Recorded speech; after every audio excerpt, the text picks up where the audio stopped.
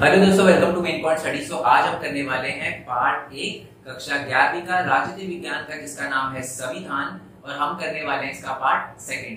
First part में पहले upload कर चुका हूं, लिंक आपको नीचे डिस्क्रिप्शन में मिल जाएगा। अगर आपने देख लिया तो ठीक है, अगर आपने नहीं देखा तो अभी जाकर देख कर आ जाओ, तभी आपको चैप्टर अच्छे से फ्लो में कंप्लीट होगा। ठीक है, और अगर देख लिया तो एक बार दोबारा जाकर देख कर आओ, जो अच्छे से क्लियर हो जाएगा आपको। ठीक है, बट फिर भी मैं एक बार बता देता हूँ। देखो, लास्ट पार्ट में हमने ये देखा था कि संविधान क्या होता है, न्यायसंगत संविधान क्या होता है, प्रभावी संविधान क्या होता है। साथ में हमने ये भी देखा था कि जो संविधान होते हैं उसके क्या कार्य होते हैं, क्या आवश्यकता होती है। ओके, और जो प्रभावी संविधान है, अगर प्रभावी संविधान होना चाहिए तो उसके लिए क्या क्या कंडीशन है। और हमने ये भी देखा था कि भारत का संविधान एक वैध संविधान है, क्यों, ये भी हम देख चुके थे। ओके, आज हम बात करेंगे कि भारत का संविधान बना कैसे। याद होगा, मैंने लास्ट पार्ट में आपको बताया था, फर्स्ट पार्ट में बताया था एंड में, कि एक्चुअल में भारत का संविधान है ना 1947 से पहले बनना शुरू हो गया था, यानी हमारी आजादी से पहले बनना शुरू हो गया था। तो कैसे बना, क्या था, उसके बारे में हम देखेंगे। तो सबसे पहले तो मैं आपको बता दूं कि टॉपिक का नाम है भारतीय संविधान कैसे बना। और बहुत सारे लोगों को शायद ये ना पता हो कि हमारा भारत का संविधान किसने बनाया, तो मैं आपको बता दूं, औपचारिक रूप से हमारा जो भारत का संविधान था वो संविधान सभा ने बनाया।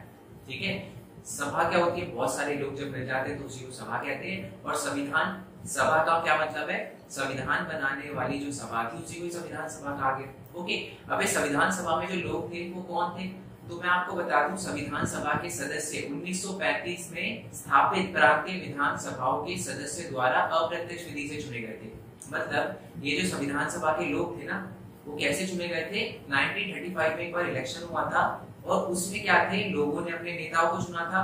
तो उन नेताओं ने, उन प्रतिनिधियों ने खुद दूसरे लोगों को चुना था और वही लोग क्या कहे, संविधान सभा कहलाई।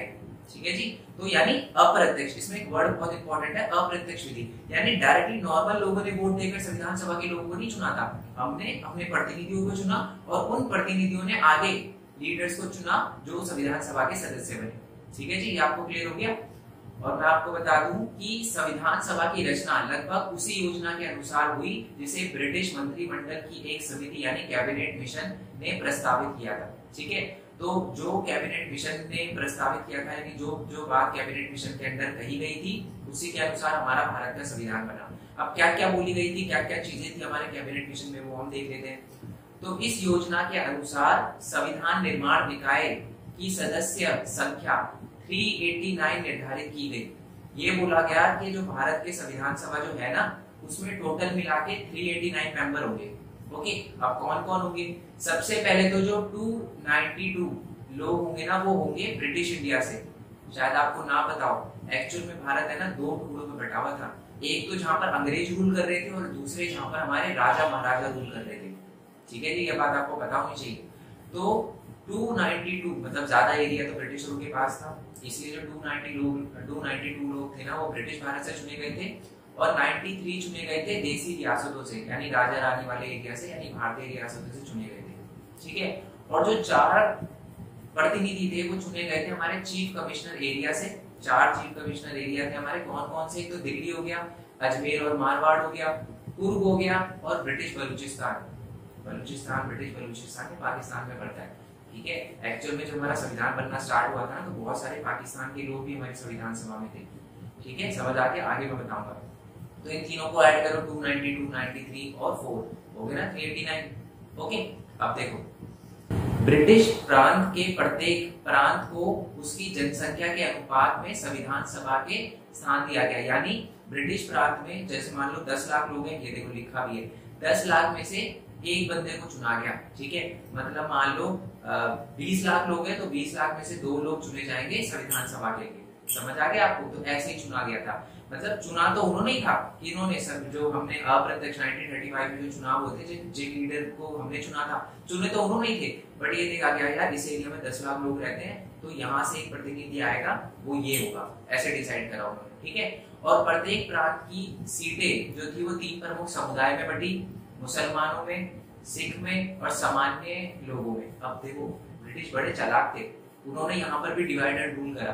उनको पता था कि सबको एक साथ कर देंगे ना तो ये इकट्ठे हो जाएंगे, तो आप अलग अलग करो। ठीक है, डिवाइडेड रूल पॉलिसी अपनाओ। उन्होंने बोला कि जो लोग चुने जाएंगे ना, मुसलमान एरिया से अलग होगा, ठीक है, सिख एरिया से अलग होगा, सामान्य एरिया से अलग होगा। ठीक है, मतलब एक तरह से डिवाइड, ऐसे नहीं कि पूरे इंडिया को मिला के बोला कि जी अपने अपने प्रतिनिधि चुनो सारे बिना धर्म जाति के, नहीं, उन्होंने ये बोला कि धर्म के हिसाब से अपने नेता को चुनो। ये बहुत बड़ी दिक्कत हुई थी और इसीलिए पाकिस्तान बना था, मैं आपको बताऊंगा कैसे। ओके, और संविधान सभा की पहली बैठक है ना 9 दिसंबर 1946 को हुई थी, यानी संविधान हमारा बनना स्टार्ट 9 दिसंबर 1946 को हुआ था। ये शायद आपको बात चौंकारी होगी, हम तो आजाद 1947 में हुए थे, पर हमारा संविधान बनना 1946 में स्टार्ट हो गया था।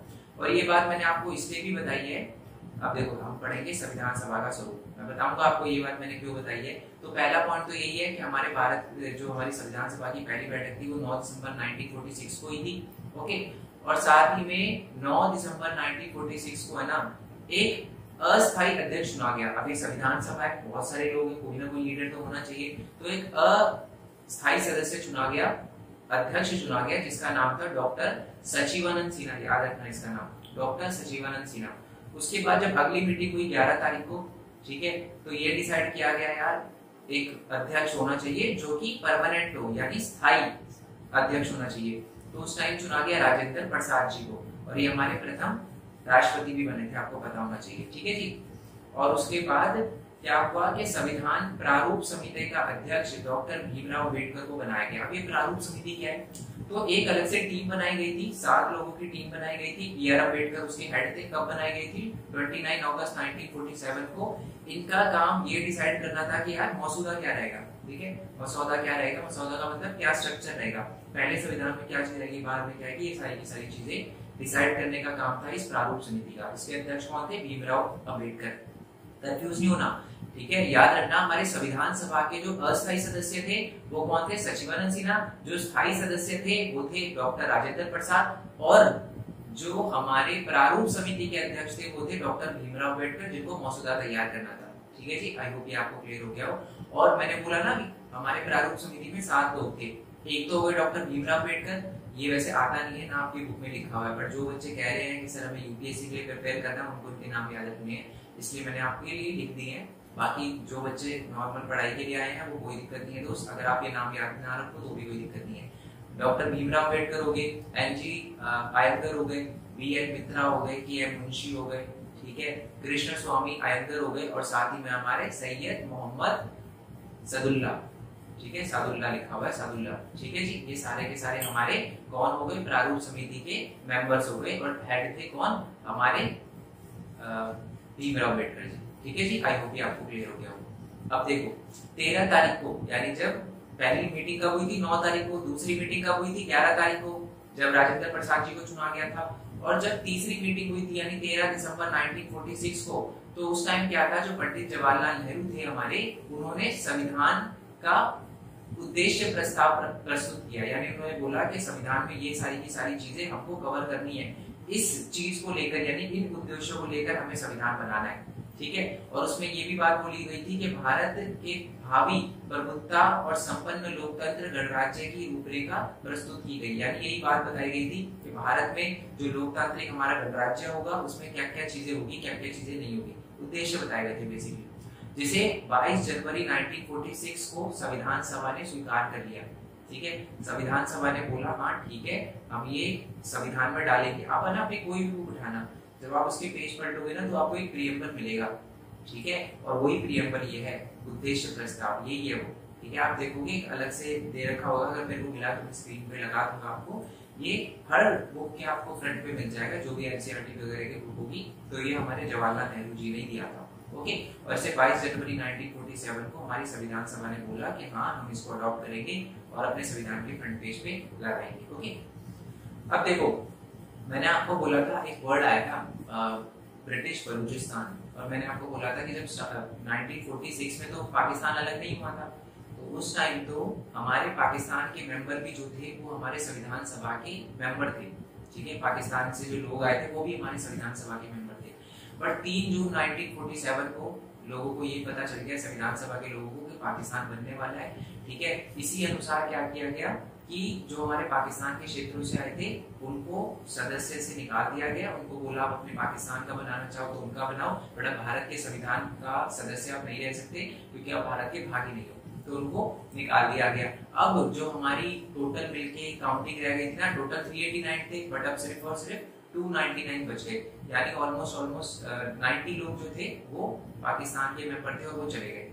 ठीक है जी, आई होप ये आपको क्लियर हो गया हो। संविधान सभा में वास्तविक सदस्यों की संख्या घटकर 299 हो गई। ये बात ये मैंने 2 बार लिख दी, कोई दिक्कत नहीं है, 299 हो गई, हम समझ चुके हैं। ओके, और उसके बाद 26 जनवरी 1949 को हमारा जो कॉन्स्टिट्यूशन था, संविधान था, वो पूरा बन के रेडी हो चुका था, पूरा उसका फ्रेमवर्क बन चुका था। और उसके बाद 26 जनवरी 1949 को 299 में से सिर्फ 284 लोग प्रेजेंट थे वहां पर जिन्होंने संविधान पे हस्ताक्षर किया और उसको पारित किया। ठीक है, और उसके बाद 26 जनवरी 1949 को अंगीकृत भारतीय संविधान में 395 अनुच्छेद थे, यानी क्या क्या मतलब कितने अनुच्छेद थे, कितने आर्टिकल थे, ठीक है, कितने भाग थे, कितने शेड्यूल थे, ये बता रखा है कि जब हमारा संविधान पूरा बन चुका था ना, रेडी हो चुका था नया नया, तो उस टाइम 395 हमारे अनुच्छेद थे। अब बहुत ज्यादा बढ़ चुके हैं, 12 भाग और 8 अनुसूचियां थी। जो 8 अनुसूचियां आज वो भी 12 हो चुकी है। ओके, ये बात आपको क्लियर हो गई होगी। तो यानी हमारा संविधान कब बनना स्टार्ट हुआ था? 9 तारीख को, 9 दिसंबर को 1946 को। और हमारा एंड कब हुआ था? संविधान पूरा बन के रेडी कब हो गया था? 26 नवंबर 1949 को। यानी कितना टाइम हो गया? ये टाइम हो गया 2 साल 11 महीने और 18 दिन। और इसमें टोटल 166 बैठकें हुई थी, तब जाके हमारा संविधान बना था। ओके, अब देखो, जो हमारा संविधान 26 नवंबर 1949 को अंगीकृत हो चुका था, बन चुका था, रेडी हो चुका था, उसको 26 जनवरी 1950 को लागू किया गया। और उसी दिन आपको पता है हम गणतंत्र दिवस मनाते हैं, रिपब्लिक डे मनाते हैं, 26 जनवरी मनाते हैं। ठीक है जी, ओके। और अभी तक मैं आपको बता दूं 2019, क्योंकि आपका जो सिलेबस दे रखा है ना, उसमें बता रखा है कि ये चीज आपको याद रखनी है कि 2019 तक हमारे संविधान में 103 बार चेंज आ चुका है। पूरा चेंज नहीं आया, कुछ कुछ चीजें चेंज की गई है, पूरा संविधान कभी चेंज नहीं हुआ। जैसे नेपाल का 5 बार 6 बार संविधान बना ना, ऐसा नहीं हुआ, हमारे में छोटे छोटे चेंज आए हैं, क्योंकि वक्त के साथ चेंज लाना बहुत ज्यादा जरूरी था। ओके जी, ओके। अब देखो, संविधान का लगभग 75% अंश भारत शासन अधिनियम 1935 से लिया गया है। 1935 में एक अधिनियम आया था, भारत शासन अधिनियम, गवर्नमेंट ऑफ इंडिया एक्ट 1935। उसके अकॉर्डिंग ही बहुत सारी चीजें हमने जो उसको अपने संविधान में डाला। 1935 में जो लॉ आया था उसके अंदर जो जो बातें बोली गई थी उसका 75% हमने अपने संविधान में डाला। ओके, और 1928 में जो मोतीलाल नेहरू जी थे, ये कौन है? ये हमारे जवाहरलाल नेहरू जी के पिताजी हैं। तो उन्होंने बोला था कि ये 10 मूल मानव अधिकार होने चाहिए। कुछ उन्होंने पॉइंट्स बोले थे कि लोगों के पास ये राइट्स होने चाहिए, तो उन राइट्स को भी हमारे कॉन्स्टिट्यूशन में ऐड किया गया जो 1946 में बनना शुरू हुआ था। ओके जी, आई होप ये आपको क्लियर हो गया हो। अब मैं आपको बता दूं कि भारतीय संविधान को उधार का थैला कहा जाता है। ये बोला जाता है कि भारत का संविधान कॉपीड संविधान है, कॉपी किया गया। ऐसा क्यों कहा जाता है? मैं आपको बता दूं क्यों, क्योंकि भारत का जो संविधान है वो अलग अलग देशों से, बहुत सारे उसके प्रावधान ऐसे हैं जो अलग अलग देशों से लिए गए हैं। और ये मोस्ट इंपॉर्टेंट क्वेश्चन है, मैं बता दूं, बहुत ज्यादा इंपॉर्टेंट क्वेश्चन है। आपसे पूछा जाता है कि भारत का जो संविधान है उसके कौन कौन से प्रावधान जो है वो किस किस देश से लिए गए हैं। आपको एक मार्क्स में क्वेश्चन भी आ सकता है, आपसे पूछा जाएगा कि सरकार का संसदीय स्वरूप हमने किस देश के संविधान से लिया, तो आपको लिखना है ब्रिटिश संविधान से लिया। ऐसे ऐसे क्वेश्चन भी आ सकता है। ठीक है, अच्छे से लर्न करना है। तो मैं आपको बता दूं हमने ब्रिटिश संविधान से क्या क्या चीजें ली है। सर्वाधिक मत के आधार पर चुनाव में जीत का फैसला। ठीक है, यानी जिसके सबसे ज्यादा वोट आएंगे वही जीतेगा। और ये चीज हमने कहां से अडॉप्ट करी? अंग्रेजों से अडॉप्ट करी। ठीक है, दूसरे देशों में क्या होता है कि 30% आपको वोट मिले, 60% आपको वोट मिले, 10% आपको वोट मिले। तो जिसको 30% मिले वो अपने 30% कैंडिडेट भेजेगा पार्लियामेंट में, जिसको 60 मिले वो भेजेगा, जिसको 10 मिले वो भेजेगा। बट हमारे देश के अंदर ऐसा होता है कि सरकार उसी की बनती है जिसको सबसे ज्यादा वोट मिलते हैं। अगर किसी को 60 मिले हैं ना, जिसको, उसी की सरकार बनेगी, ये है। ठीक है, और ये हमने ब्रिटिश से अडॉप्ट किया है। ओके, और सरकार की संसदीय रूपरेखा, यानी हमारे देश में संसद है ना, तो ये वाला सिस्टम भी हमने अंग्रेजों से यानी ब्रिटिशरों से लिया है। ठीक है, वैसे हमारे लिए अंग्रेज सब होते हैं। ठीक है, तो इसलिए ब्रिटिशर याद रखना। ओके, और कानून के शासन का विचार, कि कानून जो होगा वो कैसे चलेगा, क्या होगा कानून, ये भी सारी की सारी चीजें हमने अंग्रेजों से ली है। साथ में विधायिका के अध्यक्ष के पद और उनकी भूमिका क्या होगी, यानी हमारे विधायिका जो कानून बनाती है उसका सबसे बड़ा अध्यक्ष कौन होगा और उसका क्या क्या काम होगा, ये भी हमने ब्रिटिश संविधान से लिया है। और नेक्स्ट है कानून बनाने की विधि। शायद आपने 9th या 10th में पढ़ा होगा कि कानून कैसे बनता है। पहले पार्लियामेंट में लाया जाता है, लोकसभा से पास करवाया जाता है, राज्यसभा से, फिर प्रेसिडेंट के पास साइन होने के लिए जाता है। तो ये चीज भी हमने ब्रिटिश संविधान से ली है। आई होप ये आपको क्लियर हो गया। नेक्स्ट है कि हमने अमेरिका के संविधान से क्या लिया है, तो मैं आपको बता दूं हमने अमेरिका के संविधान से भी बहुत सारी चीजें ली है। पहले तो मौलिक अधिकार की सूची, आपको पता है ना हमारे भारत में कितने मौलिक अधिकार है, हमारे संविधान के अंदर 6 मौलिक अधिकार है। कौन कौन से, अगर याद है तो आप लोग नीचे कमेंट बॉक्स में बताना, अगर है तो बहुत अच्छी बात है क्योंकि नेक्स्ट चैप्टर इससे रिलेटेड है। ठीक है, तो ये हमने मौलिक अधिकार अमेरिका के संविधान से लिए। ओके, और एक न्यायिक पुनर्वालोकन की शक्ति। न्यायिक पुनर्वालोकन वैसे तो आगे वाले चैप्टर में आएगा, बट थोड़ा सा आइडिया दे देता हूँ। देखो, अगर हमारी न्यायपालिका, सॉरी हमारी जो विधायिका यानी हमारे जो नेता वगैरह कोई गलत कानून बना देते हैं ना, तो हमारी जो कोर्ट होती है उसके पास अधिकार होता है उस कानून पे रोक लगाने का। तो ये चीज भी हमने कहाँ से ली है, अमेरिका के संविधान से ली है। और साथ ही में न्यायपालिका की स्वतंत्रता, न्यायपालिका को क्या क्या स्वतंत्रता होनी चाहिए, ये सारी की सारी चीजें भी हमने अंग्रेजों के यानी अमेरिका के संविधान से ली। ठीक है, अंग्रेज नहीं बोलना चाहिए था, मेरे को अमेरिका बोलना चाहिए था। ठीक है, और नेक्स्ट जो है अपने आयरलैंड के संविधान से भी बहुत सारी चीजें ली है, जैसे कि राज्य के नीति निर्देश तत्व। नीति निर्देश तत्व होता है बहुत सारी ऐसी चीजें जो मौलिक अधिकार नहीं होता, वो अधिकार जो मौलिक अधिकार नहीं है बट वो जो जरूरी है लोगों के लिए। ठीक है, मतलब मौलिक अधिकार नहीं है, कुछ ऐसे अधिकार होते हैं जो हमारे मौलिक अधिकार नहीं है, जैसे स्वतंत्रता हो, सारे के सारे संविधान, सारे के सारे अधिकार हमारे मौलिक अधिकार होते हैं, और उसको छोड़कर भी कुछ हमारे अधिकार होते हैं, उनको नीति निर्देश तत्वों में डाला जाता है। और ये चीज हमने कहाँ से ली है, हमने आयरलैंड से ली है। ठीक है जी, ओके। फ्रांस के संविधान से हमने क्या चीज ली है, स्वतंत्रता, समानता और बंधुत्व का सिद्धांत, ये हमने फ्रांस के संविधान से लिया है। ठीक है जी, इंग्लिश में लिबर्टी, फ्रेटर्निटी और साथ में हमारा इक्वालिटी, ये हमने फ्रांस के संविधान से लिया है।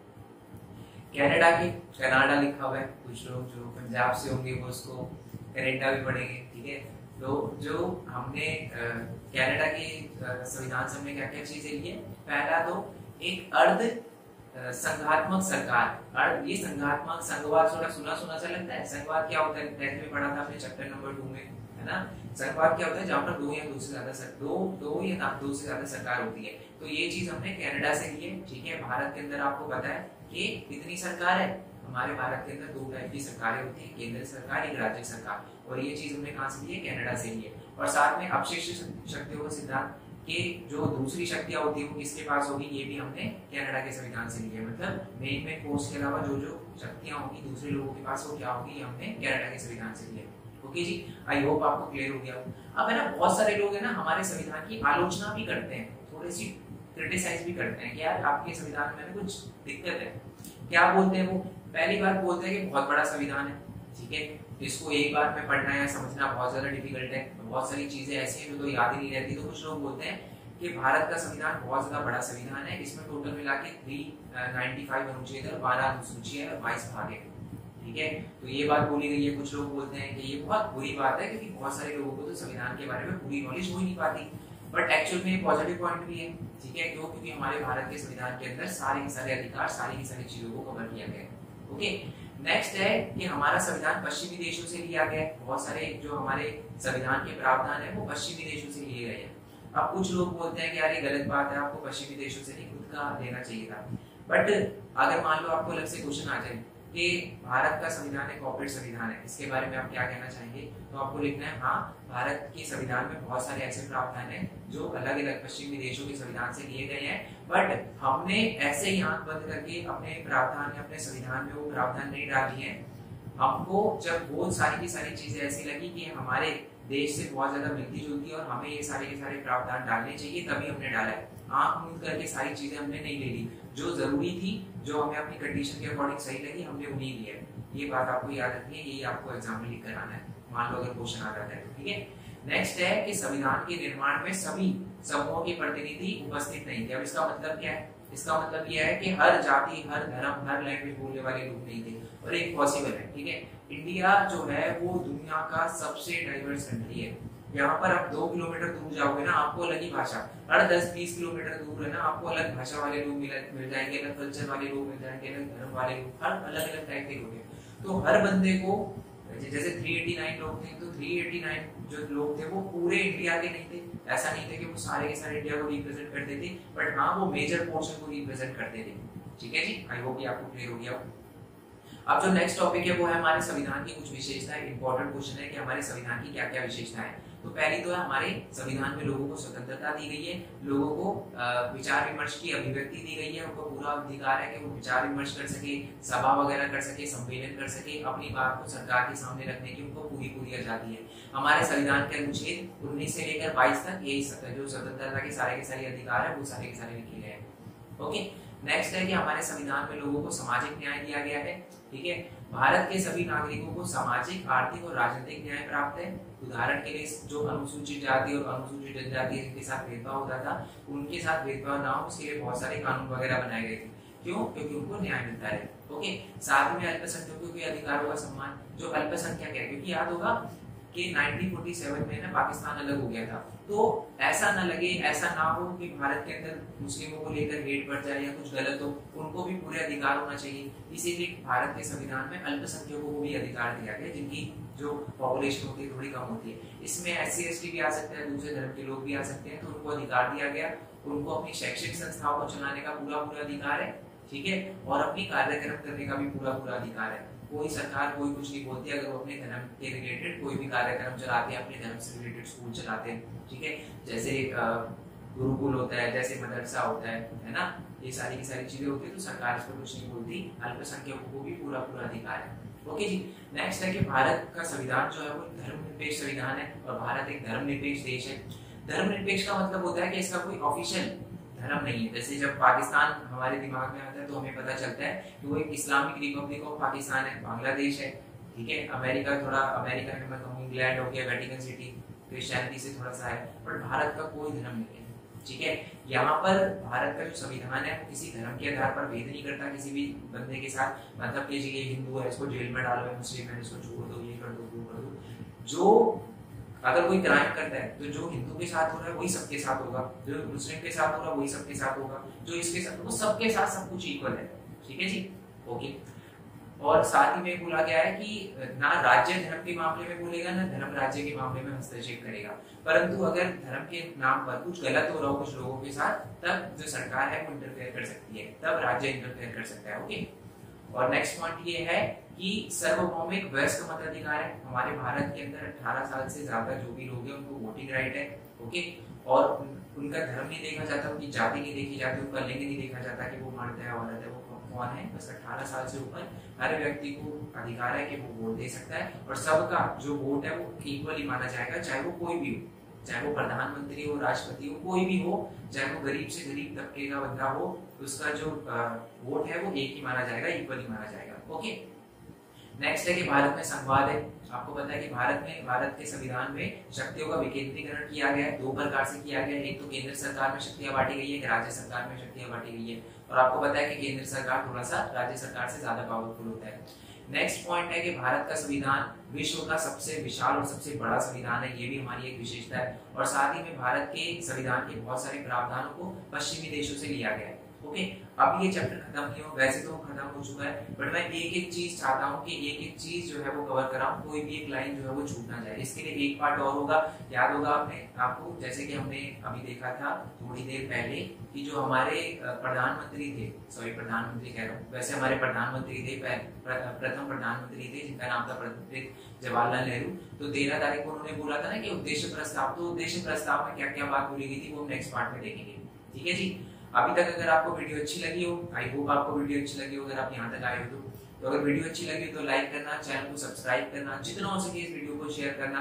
हिंदी मीडियम के लिए अब मैं वीडियो बनाना स्टार्ट कर रहा हूँ, तो चैनल को सब्सक्राइब करके शेयर जरूर करना। हम ट्राई करेंगे इस बार हमारा उद्देश्य प्रस्ताव भी पूरा करें, उसमें 100K सब्सक्राइबर का एक क्राइटेरिया है, देखते हैं पूरा होता नहीं होता। और साथ में टेलीग्राम पे ना एक चैनल है मेन पॉइंट स्टडी 11 आर्ट्स, सिर्फ 11 नहीं है, आर्ट्स भी है, याद रखना। आर्ट्स के लिए अलग से है, वहां पर मैं डालूंगा, इंग्लिश मीडियम हिंदी मीडियम दोनों है वहां पर सारे के। फिर आप मेरे को ये मत बोलना सर ये चीज नहीं मिली, ये चीज नहीं मिली, वो टेलीग्राम पे मिल जाएगा आपको। और इंस्टाग्राम पे मेन पॉइंट स्टडी का एक अलग से वो बन रखा है, पेज बन रखा है, उसको भी आप फॉलो कर लेना। अपडेट भी देता रहूंगा वहां पर मैं, और कोई इंपॉर्टेंट चीज लगेगी जो बिल्कुल मैं अलग से वीडियो बनाकर, मेरे को लगता है कि बिना वीडियो बनाकर भी लोगों को बता सकता हूँ, तो वहाँ इंस्टाग्राम पे बता दूंगा। आप मेरे को फॉलो करना चाहो तो वो भी कर सकते हो, वो आपकी मर्जी पे डिपेंड करता है। ठीक है जी, एक पार्ट और रहता है, उसकी मैं जल्दी वीडियो बना दूंगा। और मोस्ट इंपॉर्टेंट बात यार, डिस्क्रिप्शन में 2-3 चैनल का लिंक दे रखा है। एक तो मेन पॉइंट टैग है जहाँ पर मैं अपनी अर्निंग से रिलेटेड बताऊंगा, मैं वीडियो कैसे बनाता हूँ, मेरी यूट्यूब से अर्निंग कैसे आई, मैंने कैसे रन किया, क्या मैंने गलतियां करी, क्या गलतियां नहीं करी, और मोस्ट इंपॉर्टेंटली आप कैसे यूट्यूब से रन कर सकते हो। तो उसी के लिए मैंने चैनल बनाया, सिर्फ यूट्यूब नहीं और भी बहुत सारे अलग अलग प्लेटफॉर्म के बारे में मैं बात करूंगा। अभी तक 2 वीडियो डाली है, पहली वीडियो तो इंट्रोडक्शन है कि क्या बताऊंगा क्या नहीं, और दूसरी वीडियो मैंने डायरेक्टली अपनी अर्निंग के बारे में बता दी, तो वो जाकर आप देख सकते हो। ठीक है, क्योंकि मेरे को पता है बहुत सारे बच्चों को पैसे से रिलेटेड प्रॉब्लम आती है, तो वो ना आए उसी के लिए मैंने वो चैनल बनाया। ठीक है, और बाकी एक मेन पॉइंट टैग है, तो एक मेन पॉइंट गेमिंग है, वहाँ पर गेमिंग से रिलेटेड हम करेंगे कुछ। बहुत सारे बच्चों को लगता है कि टीचर को तो गेमिंग खेलनी नहीं आती, ठीक है, वो तो बिल्कुल दूर है। तो ऐसा नहीं है दोस्त, आ जाना वहाँ पर, देखते हैं कितने करेंगे कितने नहीं करेंगे, आपने कितने मारे हैं। ठीक है, और साथ ही में एक ब्लॉगिंग चैनल भी है, वहाँ पर मैं बताऊंगा ब्लॉग वगैरह देखते हैं, अभी स्टार्ट तो नहीं करा। ठीक है, और मैं अभी करना भी नहीं चाहता, कोविड-19 है। अगर आप ये सोच रहे हो कि मैं पूरा दिल्ली घुमाऊंगा आपको, चांदनी चौक वगैरह मीट के ले जाऊंगा, तो ऐसा कुछ नहीं है। ओके, उसको भी सब्सक्राइब कर लेना, और साथ में एक यूनिक वर्ल्ड है, ठीक है, उस चैनल को भी सब्सक्राइब कर लेना। ओके, बाकी नेक्स्ट वीडियो के लिए स्टे ट्यून, तब तक के लिए थैंक यू सो मच। जय हिंद, जय Bharat, Vande Mataram. Thanks for your support, bye bye.